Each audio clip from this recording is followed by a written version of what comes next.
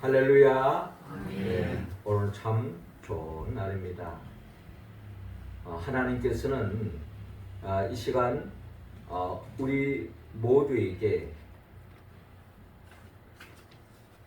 덮는 복을 주기 위해서 주의 전으로 불러주셨습니다.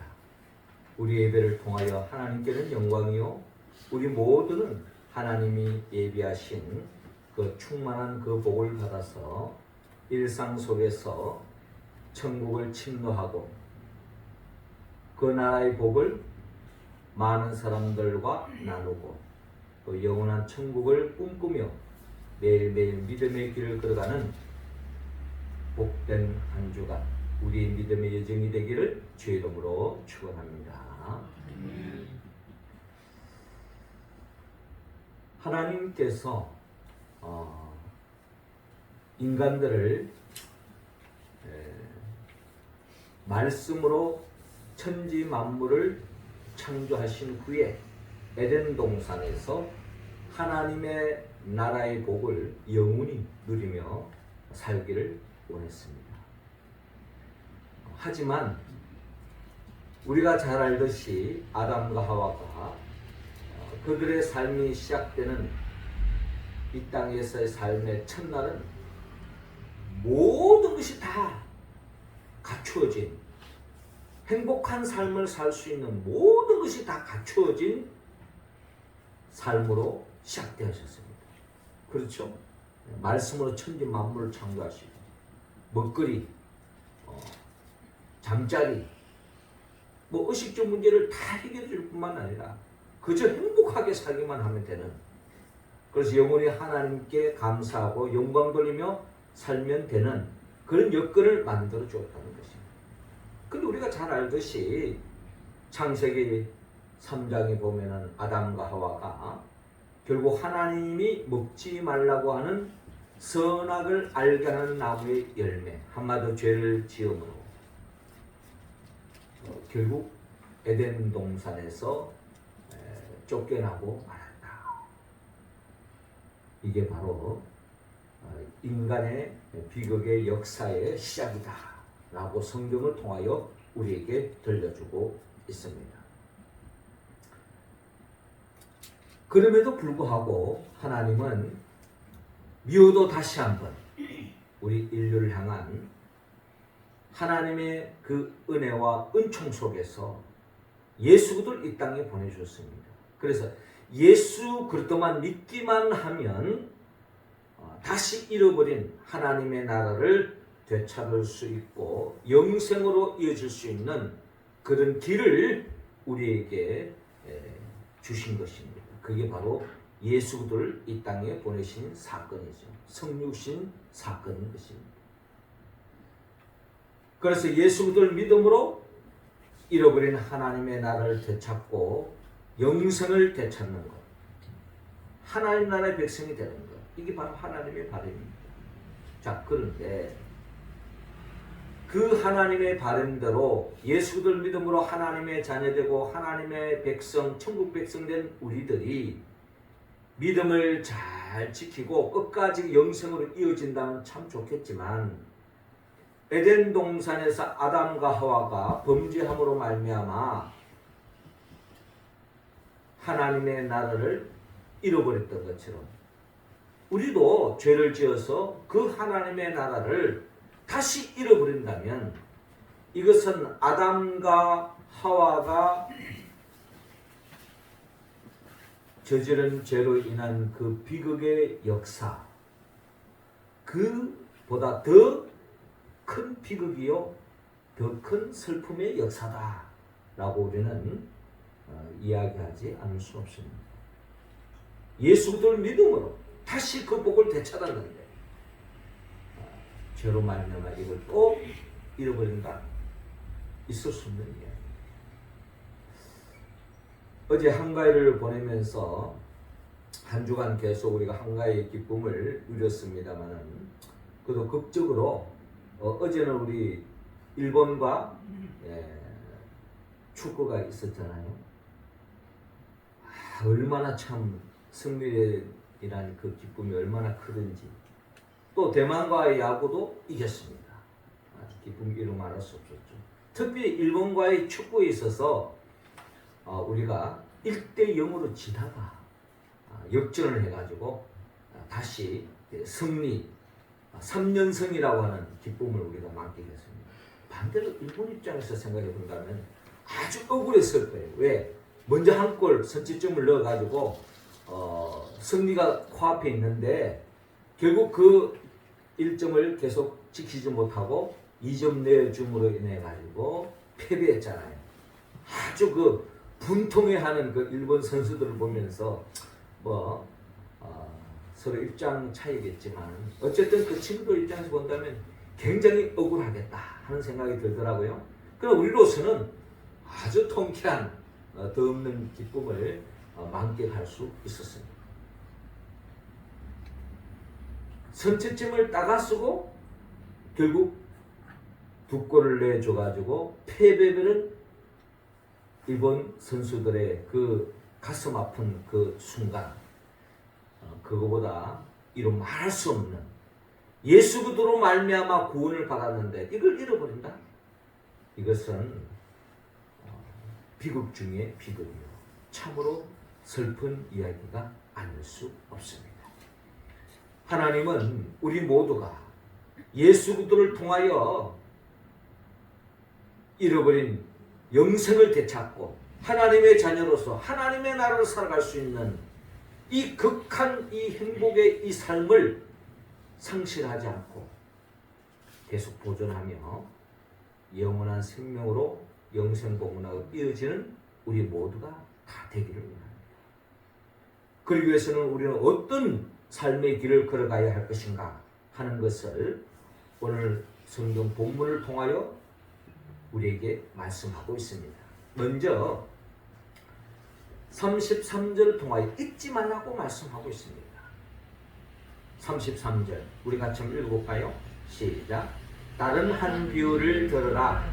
한 집 주인이 포도원을 만들어 산 울타리로 두르고 거기에 적잖은 틀을 만들고 망대를 짓고 농부들에게 새로 주고 타국에 갔더니.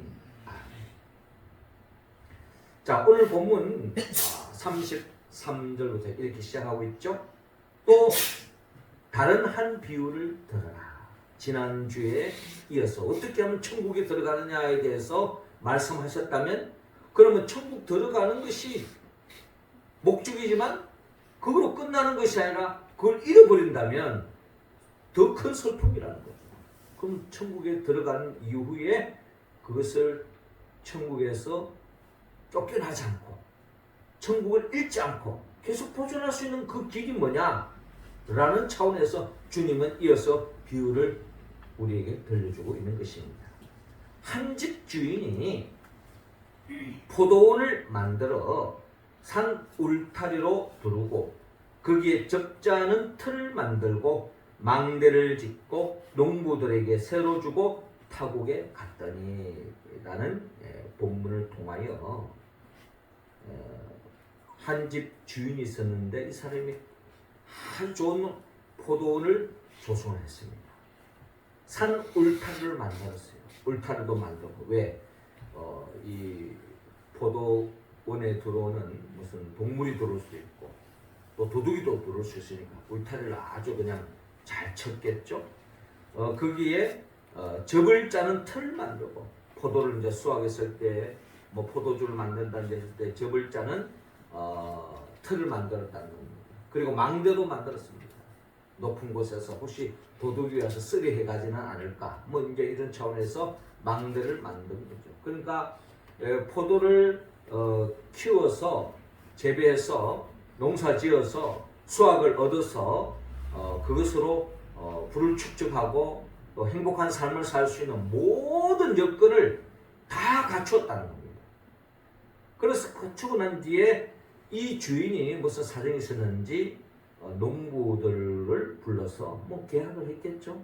이 포도원을 너에게 맡겨줄 테니까 이것을 잘 경작을 해가지고 일정한 부분은 주인에게 바치고 나머지는 네가 생활하고 또 나름대로 부를 축적하고 행복한 데 써라 하면서 그런 계약을 하지 않았겠습니까? 그리고 믿고 농부에게 맡기고 타국에 갔다라는 이야기를 먼저 들려주고 있습니다.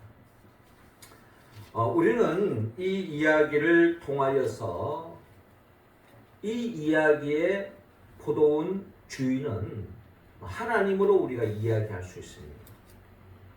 하나님은 농부에게 포도원을 만들어 놓고 거기에서 일하면서 주인의 것을 챙기고 나머지는 네가 누릴 수 있는 그런 나름대로 환경을 조성해 주신 것처럼 하나님은 이 세상이라고 하는 이 포도원에 우리의 삶을 허락해 주었습니다. 그 때로는 가정을 통해서, 때로는 직장을 통해서, 때로는 어떤 교회 공동체를 통해서 우리에게 일자를 허락해 주시고 거기에서 나름대로 열심히 일을 하고 그 모든 것을 준 것은 주인이 있다는 것을 먼저 인식해야 하는 것입니다. 내가 살아있다는 것 이 자체로 이 생명의 주인은 하나님인 거죠. 하나님께서 우리에게 모든 것을 행복하게 살 수 있는 모든 상황을 다 만들어 주셨다. 심지어 하나님의 자녀로서 살 수 있도록, 심지어 하나님의 독생자 예수 그리스도를 이 땅에 보내주셔서 그 예수 그리스도를 믿음으로 하나님의 자녀되고 하나님의 나라의 백성으로 살 수 있는 모든 걸 다 갖추어 주셨다는 것입니다.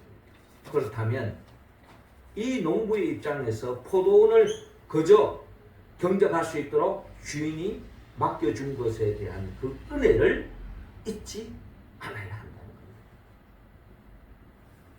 그 은혜를 잊어버린다면 그것은 바로 변망덕이고 주인과의 관계가 깨어져 버리고 결국에는 그 농부는 그 포도원에서 더 이상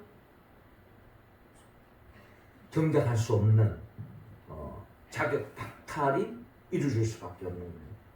그러나 그 은혜를 감사하고 열심히 땀 흘리고 일해서 주인의 몫을 주인에게 드리고 나머지 자기가 누리면 그것이 바로 행복이라고 하는 길을 하나님이 열어주셨다라고 우리는 이해할 수 있는 것입니다. 중요한 것은 바로 농부들에게 새로 주고 타국에 갔더니 하는 말씀처럼 주인의 것을 챙기고 내 몫을 챙기는, 한마디로 주인의 은혜를 보답하는 삶, 이것이 바로 하나님의 나라로서의 그 행복을 보존할 수 있는 유일한 길이다. 우리가 가지고 있는 그 모든 것에 대해서 모든 것이 다 하나님의 은혜입니다 라고 고백하며 그 은혜에 감사하고 그 은혜에 보답하는 삶으로 나아가는 사람이 그 행복을 지킬 수 있는 것입니다. 그러나 그 은혜를 저버리는 사람은 두 번째로 이어지지만 결국 욕심을 쫓아가다가 모든 것을 잃고 마는 비극의 역사가 일어나고 한다는 거죠. 그러므로 우리는 주의 전에 나올 때마다 하나님이 우리에게 그동안 베풀어 주신 지금 내게 주어진 그 은혜를 헤아리면서 그 은혜를 잊지 않고 감사하는 마음을 가지고 간다면 우리의 행복은 계속 보존될 수 있다. 이어 두 번째로 주님께서는 오늘 본문 38절을 통하여서 거절하라고 말씀합니다. 38절 우리 같이 한번 읽어봅시다. 시작. 농부들이 그 아들을 보고 서로 말하되 이는 상속자니 자 죽이고 그의 유산을 차지하자 하고. 자 34절에 이어지는 말씀 보니까 열매 거둘 때가 가까우매 그 열매를 받으려고 자기 종들을 농부들에게 보내니라고 기록되어 있습니다. 그러니까 이제 이 주인이 타국을 떠났지만 그래도 농부를 믿고 계약을 하고 맡겼기 때문에 수확 처리되니까 일정한 부분 주인의 몫을 보내라는 거죠. 그래서 종을 보냈습니다. 농부에게 이번에 수확한 부분에 주인의 몫을 보내라. 이제 당연한 거죠. 자, 그랬는데 35절에 이 농부들이 어떤 짓을 하는 거 우리가 봐야 하는데 35절에 농부들이 종들을 잡아 하나는 심히 때리고 하나는 죽이고 하나는 돌로 쳤거늘.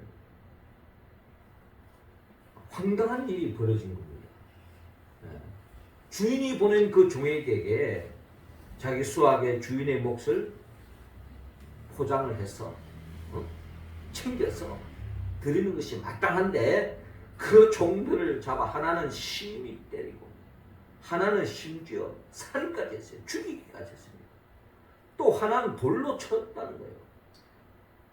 폭행을 하고 살인을 하고 한마디로 이 주인이 보낸 종을 이렇게 했다는 것은 주인에 대한 행동이죠.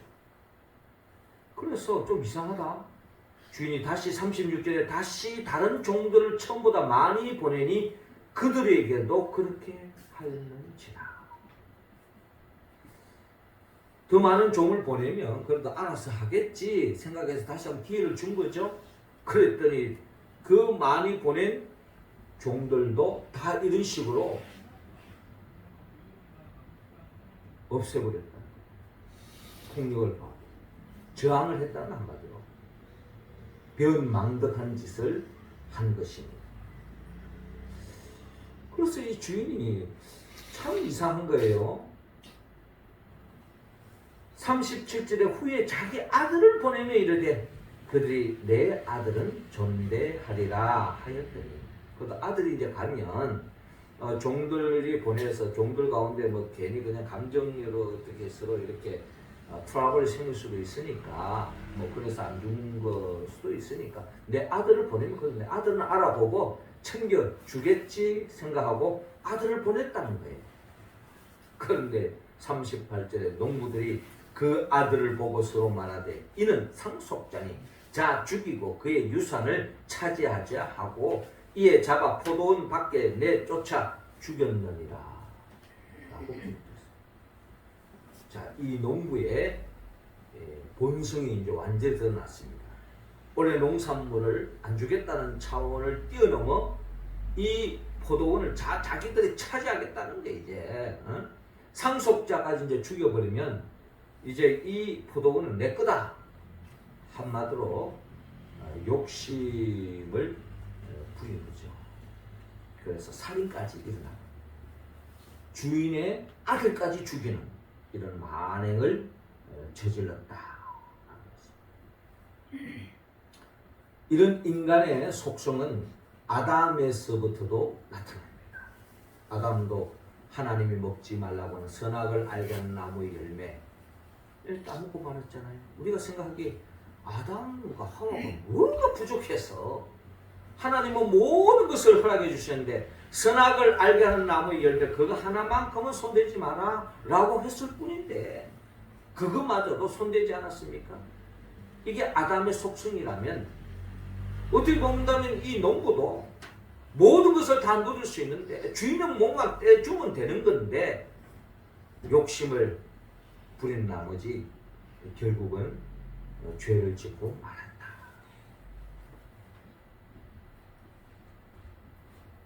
갈라디아서 5장 16절에서 21절을 보면 내가 이르노니 너희는 성령을 따라 행하라. 그리하면 육체의 욕심을 이루지 아니하리라.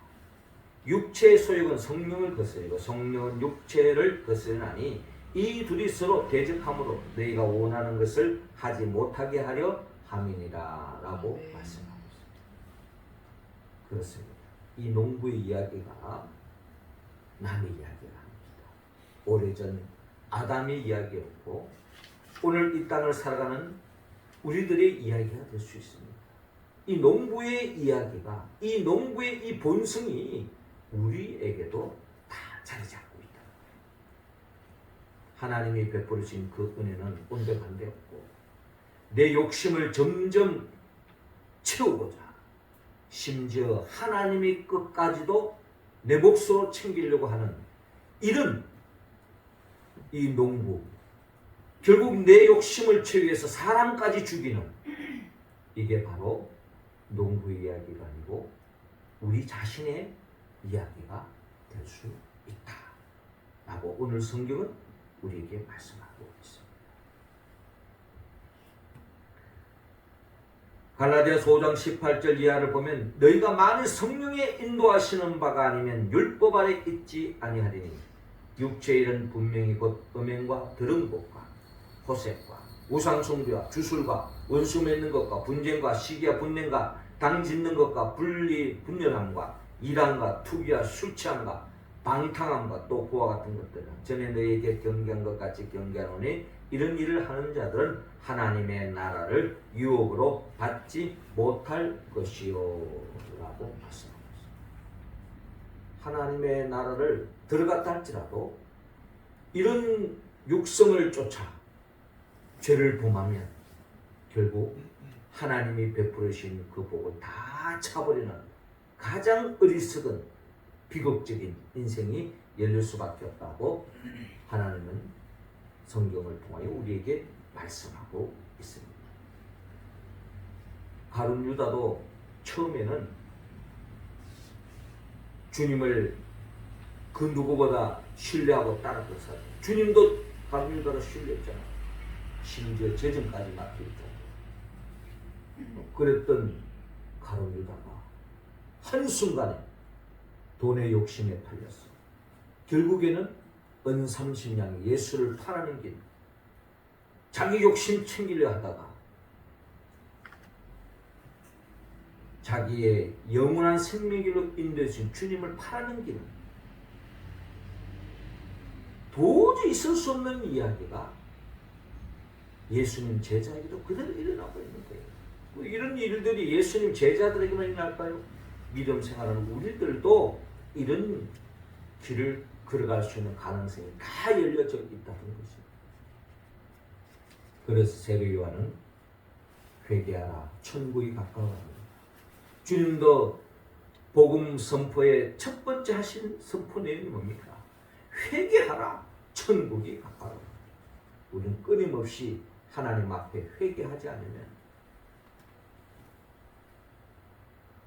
우리는 결국 한순간에 모든 것을 이룰 수 있는 가능성을 가지고 있다라는 것을 기억하며 우리 가운데는 한 사람도 이 어리석은 이 포도원에 일하고 있는 이 농부들처럼 욕심 부리지 말고 죄성을 철저하게 거절하여서 이미 받은 복을 잘 보존하고 누리며 살아가는 우리 모두가 되기를 주의 이름으로 축원합니다.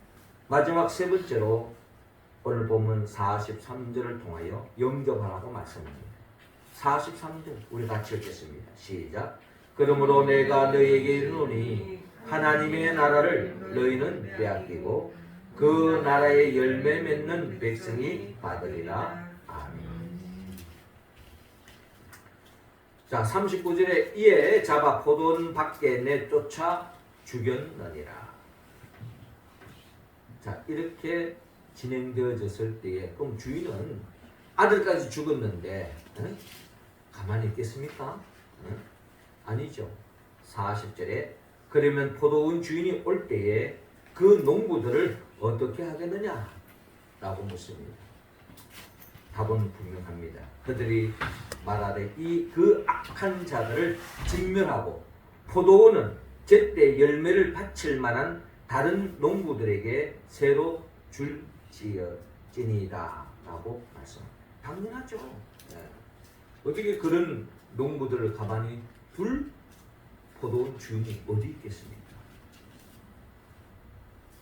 고소하고 고발하고 법집행을 통해서 이 무악한 사람들을 응징하는, 법적으로 응징해가는 그런 과정을 절차를 밟겠죠. 하나님 아버지도 마찬가지입니다.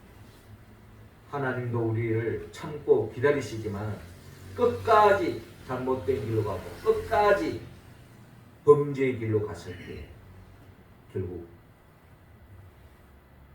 사랑의 매를 몇 번 들다가 그래도 안 되면 결국 심판의 매를 들 수밖에 없는 겁니다. 우리가 지난 주간에 요한계시록 이제 마무리하고 이제 창세기 어제 창세기 1장 이제 내일부터 창세기 2장부터 다시 우리가 창세기 말씀부터 시작해서 성경 새벽기도마다 한 장씩 나갑니다. 그게 이제 4년을 통해서 나갑니다. 결론은 뭐냐? 범죄한 자는 하나님 앞에 죄를 지은 자는 반드시 하나님의 심판이 있다라는 것을 우리에게 말씀해 주고 있습니다. 41절에 그들이 말하되 그 악한 자들을 진멸하고 포도원 제때 열매를 바칠 만한 다른 농부들에게 새로 줄지니이다. 그렇겠죠. 죄를 지은 자는 하나님의 심판의 대상이 될 수밖에 없습니다.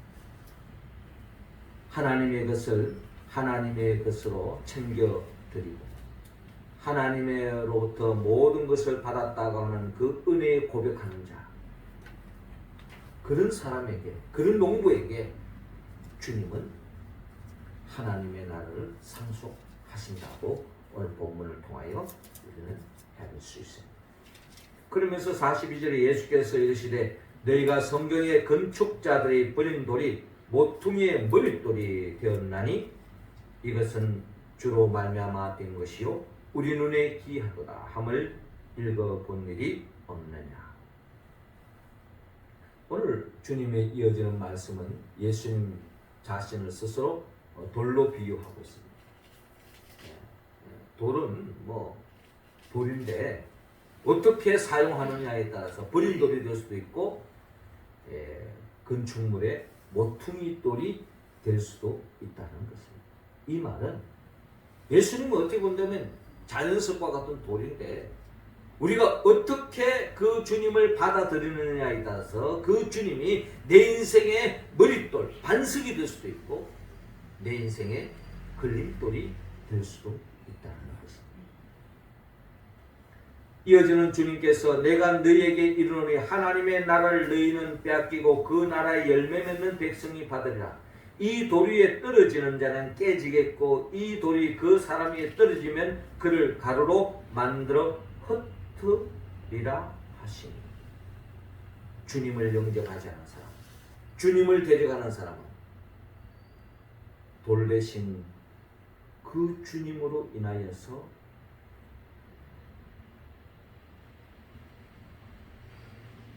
깨어지고 가루가 될 수 있다. 심판의 대상이 될 수밖에 없다.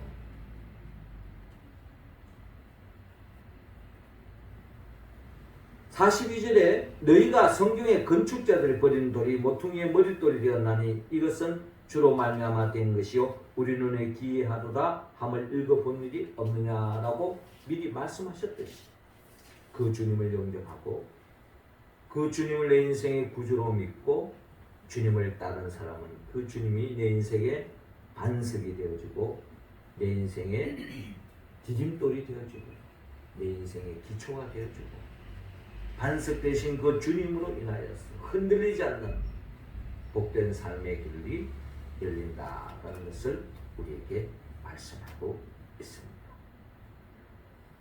사랑하는 성도 여러분, 주님은 우리가 이미 예수를 믿음으로 말미암아 얻은 이 하나님의 나라의 백성으로서의 이 복을 한 사람도 잃지 않기로 합니다. 그러기 위해서는 먼저 하나님의 은혜를 잊지 말라고 말씀합니다. 하나님의 은혜를 기억하라는 거죠. 그 은혜에 보답하는 삶의 길로 나아갈 때에 하나님은 은혜의 은혜를 복의 복을 더해 주신다고 약속하고 있는 겁니다. 아담처럼 오늘 본문의 농부들처럼 육성을 거절하지 못하고 욕심 부리면 결국 받은 복은 다 한순간에 상실할 수밖에 없다. 그러므로 매 순간순간 예수 그들을 영접해야 한다. 예수 그들을 영접해야 한다. 예수님을 내 삶의 최고로 생각하고 예수님의 내 삶의 중심으로 생각하고 예수님의 통치를 입고 예수님의 만이 내 인생의 진정한 행복자요 구원자라는 것을 고백하며 믿음의 길을 걸어가는 자만이 받은 복을 잃지 않고 영원히 보존할 수 있다고 말씀합니다. 우리가 어떻게 이 말씀에 온전히 응답하며 이 복된 말씀에 응답함으로 영원히 하나님의 나라를 잃지 않고 보존해 갈 수 있습니다. 이건 성령님이 도우지 않으면 할 수 없다고 우리는 고백합니다. 성령님은 예수 그리스도의 영입니다. 예수님이 누구입니까? 예수님은 우리를 위하여 천지 만물을 창조하시고 창조 세계 속에서 영원히 행복한 삶의 길로 나아가기를 원했지만 아담의 범죄로 모든 것을 잃어버리고 말았습니다. 그럼에도 불구하고 다시 한 번 더 우리를 기회를 주게 하여 예수를 이 땅에 보내주시고 주님이 우리의 행복을 장애되는 모든 죄를 대신하여 십자가에 못 박아 죽으시고 부활하시고 성천하시고 지금도 우리에게 보혜사 성령을 주기를 원합니다.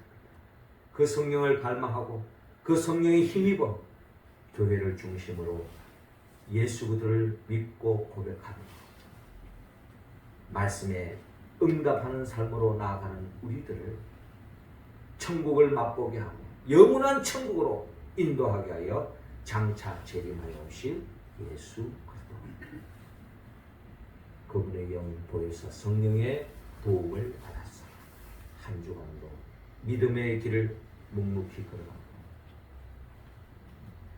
영적 싸움에서 승리하고 천국을 침노하고 보존해가는 우리 모두가 되기를 주님으로 축원합니다.